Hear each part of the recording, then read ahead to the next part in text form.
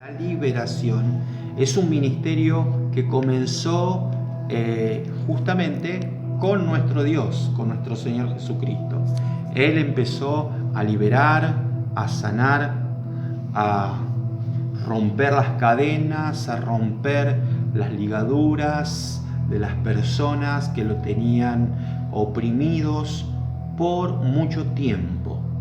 En el Antiguo Testamento no hay testimonios de liberación, salvo el caso de Saúl, cuando Saúl desobedece, es desechado.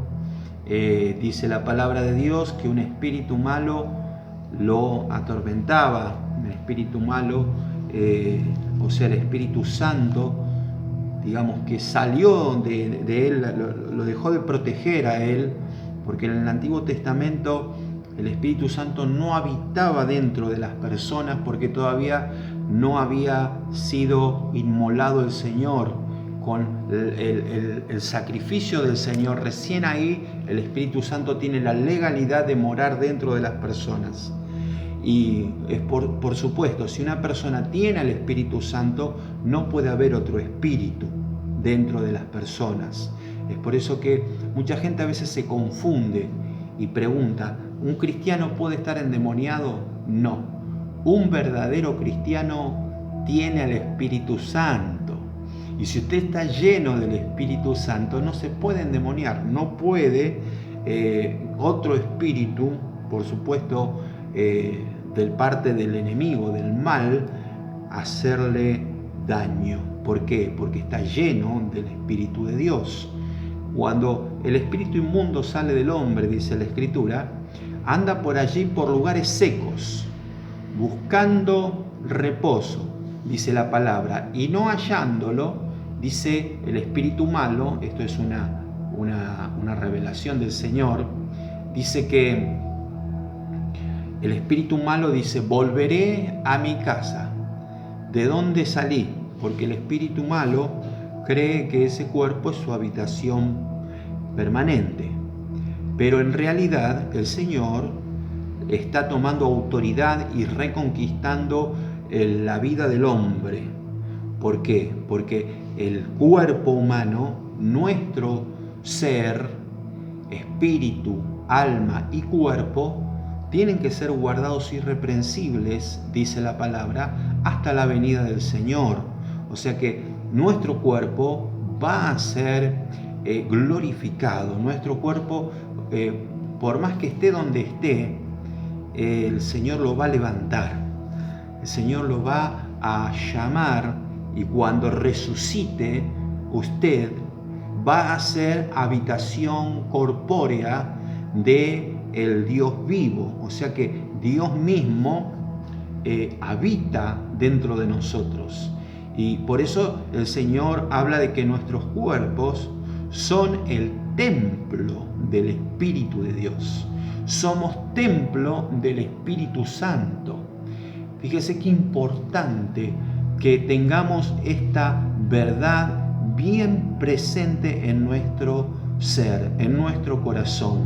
Usted y yo somos la habitación de Dios. Dice el apóstol Pedro que nosotros somos edificados como edificio de Dios y como piedras vivas. No somos ladrillos, aunque algunos sean medio cuadradote así.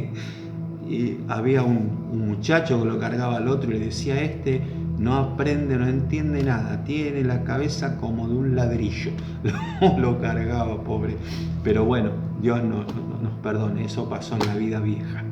Diga, yo no soy un ladrillo, soy una piedra viva, soy una piedra útil.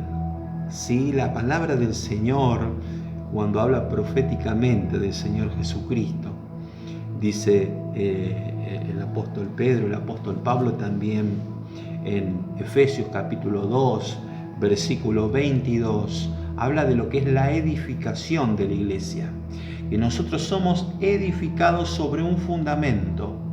Y dice el profeta, y toma esta palabra el apóstol Pablo también, el apóstol Pedro, dice, la piedra que los edificadores desecharon ha venido a ser cabeza del ángulo. Y esto es cosa maravillosa delante de vuestros ojos. También lo dice Lucas en el libro de los Hechos de los Apóstoles, cuando relata el primer discurso de Pedro, cuando él habla a toda la congregación después de que viene el Espíritu Santo y les da a ellos la fuerza y las ganas de salir a predicar y a ministrar, cuando les quita el temor de la opresión de los romanos y de la persecución de los judíos, porque ellos estaban escondidos en ese aposento alto donde celebraron la Pascua, la última cena, y allí estaban orando. Y después de estar orando, dice Hechos capítulo 2, dice que estaban allí unánimes juntos. Estaban como 120 personas que habían quedado. Cuando comenzaron había 500 personas, más o menos, dice la palabra. Y algunos se fueron como cansando, yendo, o tal vez desanimando, diciendo: no va a venir el Espíritu Santo. Ellos quedaron en el camino, pero perseveraron estos 120. ¿Cómo 120? Habla de una aproximación. La palabra de Dios dice que esta era la casa de Juan Marcos, la palabra el que después sería el escritor del Evangelio de San Marcos. Juan Marcos pertenecía a una familia hebrea, y cuando usted lee el Evangelio de Marcos y habla de la crucifixión, y dice que ese joven que lo seguía de lejos con una sábana, es como que Marcos se levantó cuando sintió o vio que lo llevaban al Señor y lo seguía de lejos, y aún lo quieren atrapar a Marcos, y Marcos dice que huye, y huye desnudo, deja esa sábana y huye, pero él no abandona al Señor, él lo sigue. Y en los relatos de aquel tiempo, ese jovencito, muy jovencito, fue muy útil para la obra de Dios. Juan Marcos fue primero un seguidor del apóstol Pablo, y este hombre, Pablo, como era pariente de Lucas, Marcos, y tuvieron una discusión allí, de Silas. Pablo y Silas, era sobrino de Silas, y tuvieron una discusión. Pablo y Silas fueron los primeros que salieron a la obra misionera, y dice que fue tan grande la discusión que Pablo se separa de Silas, y después puede seguir otra vez con Bernabé, pero después, cuando Pablo está preso, dice la palabra de Dios: tráeme a Marcos. Otra vez le dice: él me va a ser útil en el trabajo de la obra de Dios. Puedes tener discusiones, aún peleas medias fuertes, y después entrar otra vez en reflexión y ser libre de esa hazaña, de ese odio, de esa bronca. Porque en la ira del hombre se producen las divisiones, las separaciones, se producen los divorcios, se producen las enemistades, se producen los quiebres, aún ministeriales. Pero el Espíritu de Dios ministró a Pablo y restaura a Marcos, a Juan Marcos. ¿Qué tiene que ver eso con lo que estamos hablando de la liberación? Tenemos que ser libres del odio, del rencor, del rechazo.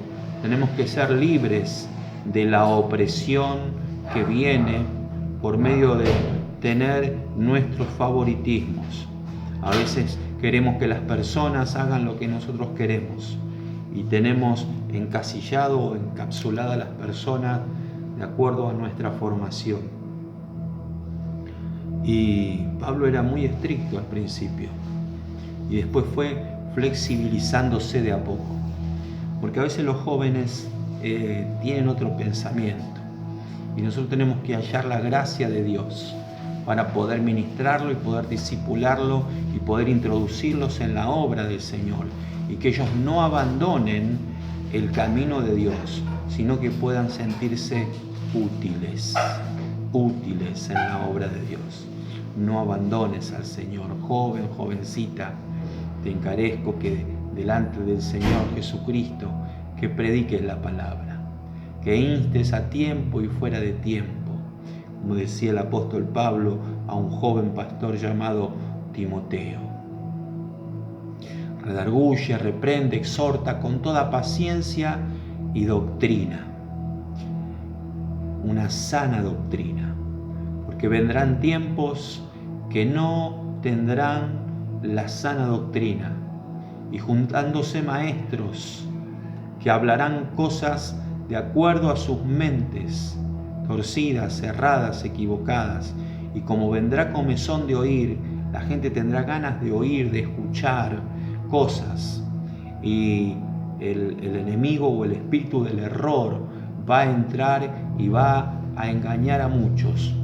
Por eso el Señor Jesús, cuando Él se iba justamente los últimos días que Él estuvo en la tierra, dijo claramente: miren que nadie los engañe, porque vendrán muchos en mi nombre diciendo yo soy el Cristo.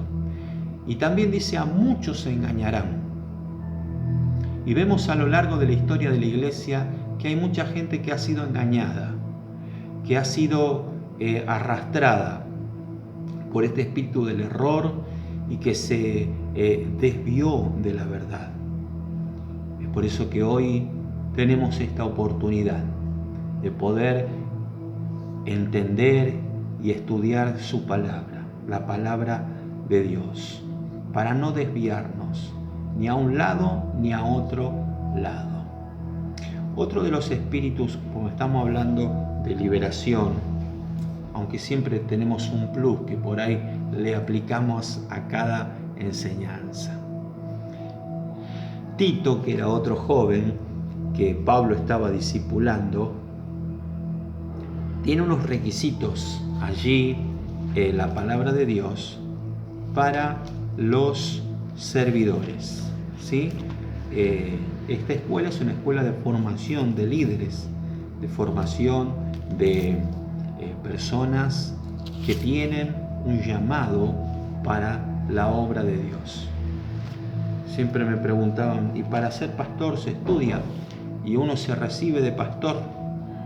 No hay un certificado que te dé una certificación dada por un hombre. Todos los ministerios, los 5 ministerios que habla la palabra de Dios en Efesios capítulo 5, versículo 11, son dados por Jesucristo.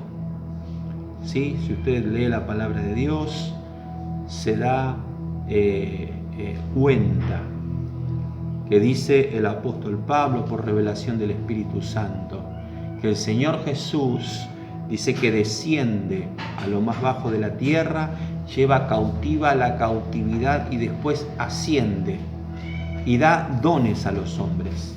Los hombres y las mujeres de Dios son dones dados por Dios al cuerpo de Cristo.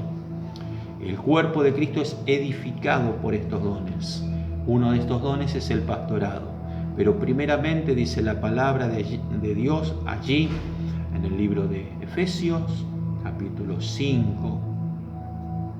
Usted va a tener que anotar allí con un apunte, con un cuaderno, porque en este breve tiempo vamos a estar soltando muchos versículos, muchos textos de la palabra del Señor. Y usted lo anota, después va a poder desarrollar algo más.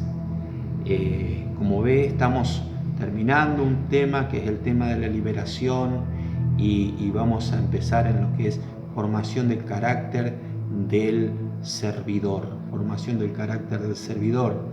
Una vez que uno libera a las personas y las hace libres de las opresiones y de los ataques del enemigo, lo que necesita es que esta persona forme carácter, sea una persona entera o íntegra. Esto es la palabra integridad.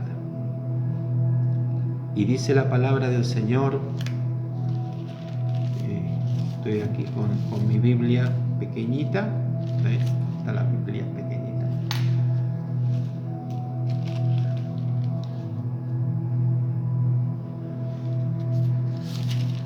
Tito capítulo 2. Tito 2:12 dice la palabra del Señor, dice, enseñándonos que renunciando a la impiedad y a los deseos mundanos vivamos en este siglo sobria, justa y piadosamente. Verso 13, Tito 2:13, aguardando la esperanza bienaventurada y la manifestación gloriosa de nuestro gran Dios y Salvador Jesucristo, quien se dio a sí mismo por nosotros para redimirnos de toda iniquidad y purificar para sí un pueblo propio, celoso de buenas obras. Esto habla y exhorta y reprende con toda autoridad. Nadie te menosprecie. Tito y Timoteo eran jóvenes y Pablo le dice a Timoteo, ninguno tenga en poco tu juventud, sino sé ejemplo de los creyentes en palabra, en fe, en pureza, en conducta. Y allí dice, lo que aprendiste, viste, oíste de mí, esto encarga a hombres fieles, idóneos, capaces de enseñar también a otros. Y a Tito también le dice lo mismo. Le dice, esto habla y exhorta y reprende, pero no es una reprensión de retar, sino que es una ministración de autoridad.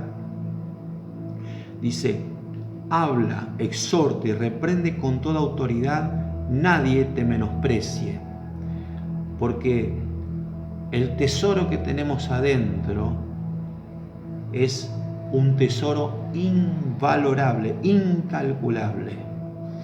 Nuestro tesoro es Cristo Jesús. Y nosotros ministramos a Jesucristo.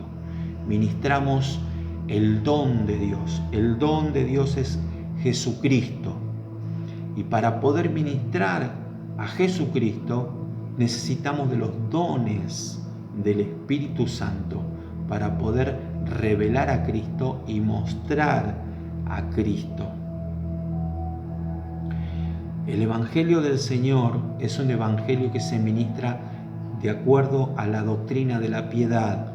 Hablamos hace unas clases de lo que era la doctrina o el misterio de la piedad. Y la piedad es un misterio tremendo, pero dice que la impiedad es algo que debemos renunciar, cortar, abandonar, desechar, tirarla a la basura. Dice, renunciando a toda impiedad y a los deseos mundanos, podamos vivir sobria, justa y piadosamente. ¿Cómo? Aguardando la esperanza bienaventurada y la manifestación gloriosa de nuestro gran Dios y Salvador Jesucristo. Usted sabe, amado, amada de Dios, que sirve a Dios no por el galardón de los hombres ni porque le palmeen la espalda. Usted está esperando algo glorioso, una corona de justicia, una corona de vida, una corona y un galardón que viene del cielo. Y ese galardón que viene del cielo lo esperamos. Yo espero ese galardón, no espero otra recompensa, sino la que viene del Señor. Por eso dice la palabra que yo aguardo esta esperanza bienaventurada y la manifestación gloriosa de nuestro gran Dios y Salvador Jesucristo, quien se dio a sí mismo para redimirnos de toda iniquidad. Cuando hablamos de iniquidad, en alguna oportunidad vamos a hablar más extensamente de la iniquidad. Pero la iniquidad vemos que es una torcedura, que es algo que se tuerce, no es algo recto, sino que es algo torcido. La palabra griega es awon, A-W-O-N, que significa lo que se desvió, lo que se torció. Entonces, cuando hay iniquidad, el carácter se tuerce. Ya no hay sinceridad, sino que hay impiedad e iniquidad. Estas dos cosas trabajan juntas. Porque una persona es impía, porque por dentro es inicua, ya está torcida. Entonces, tenemos que ministrar en iniquidad. ¿Cómo ministramos en iniquidad? Confesando. Todos son libres cuando empiezan a confesar. Para liberarse de la iniquidad, dice la palabra del Señor que uno debe confesarla, debe soltar eso que está dentro y que le está haciendo mal, porque es el deseo donde se toman los demonios y los espíritus inmundos y empiezan a perturbar a esta vida. Entonces yo renuncio a la impiedad, pero también dice aquí que somos redimidos de toda iniquidad. Entonces, cuando entendemos esto por la palabra de Dios, que mi mente, mi cuerpo, mi ser es redimido. ¿Qué es la palabra redimido? ¿Qué significa redimido? Aquel que dijo comprado acertó, ahí del otro lado. Comprado. Redimido es comprado.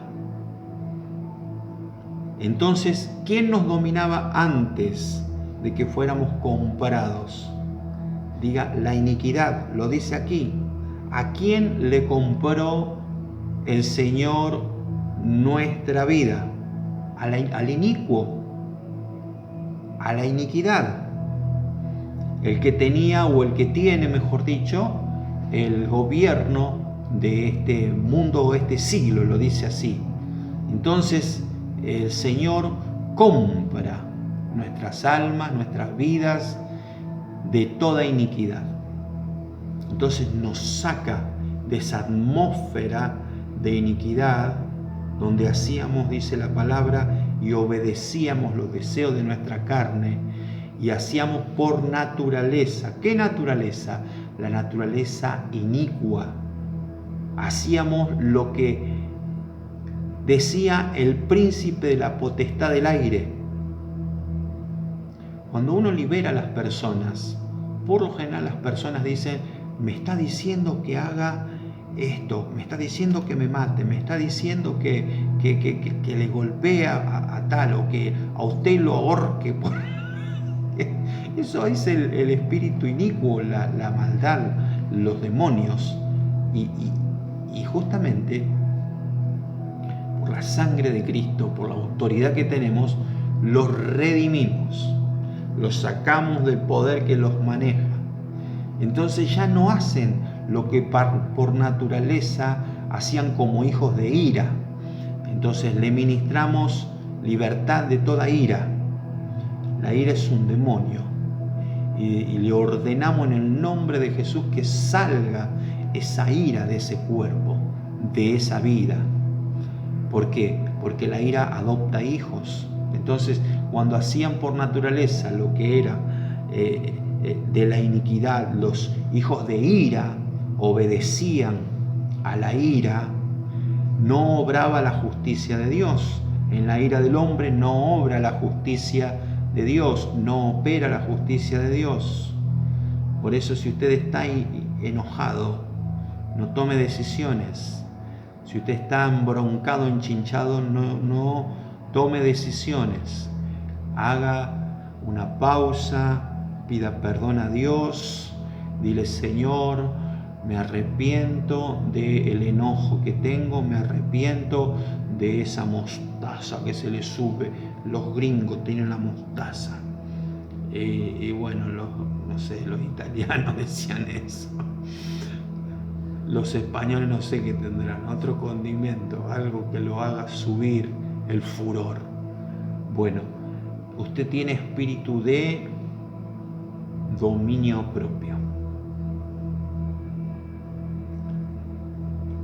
Y no tiene espíritu de que, ay, no aguanto, yo a este le canto a las 45 y le digo todo y que, bueno, que se arme la gorda. No se va a armar ninguna gorda. Usted no es un hijo de ira, usted es un hijo de Dios y tiene espíritu de dominio propio, tiene espíritu de poder, de amor y de dominio propio. Es lo que dice la palabra de Dios.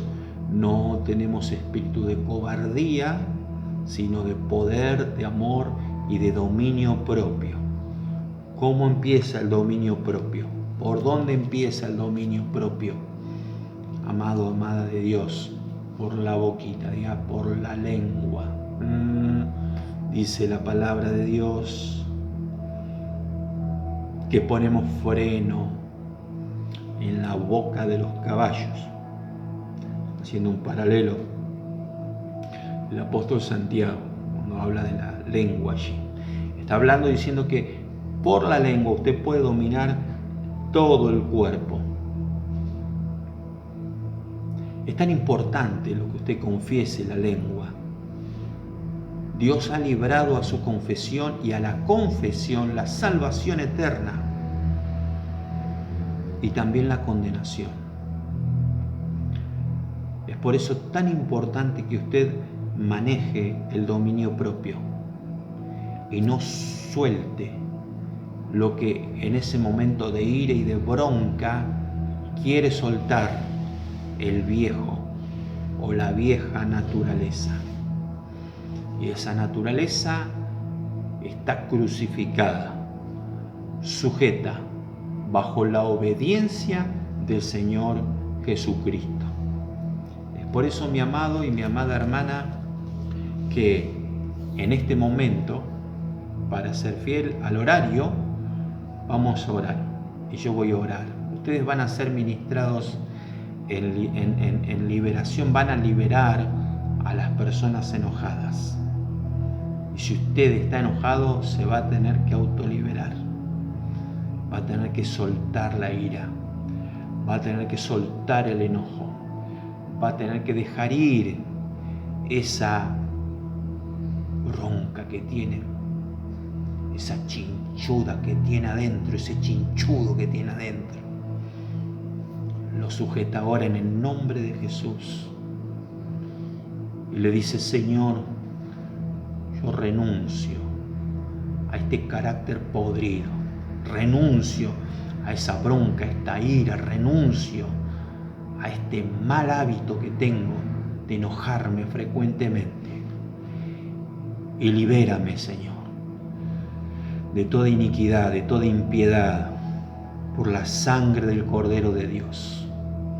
Yo ahora ministro, Padre, sobre cada vida, sobre cada obrero, sobre cada líder, personas que son guardadas en su corazón, en su vida, por el Espíritu Santo, y que ellos van a ser totalmente libres de esa ira mala, malvada, esa perversión que hay en su vida y en su carácter, que los corrompe, que corrompe el hogar, que hace que todos puedan sufrir esa ola que arrastra muchas veces a las personas de buen ánimo. En el nombre de Jesús, trae paz a toda esa familia, a todo ese hogar. Aleluya.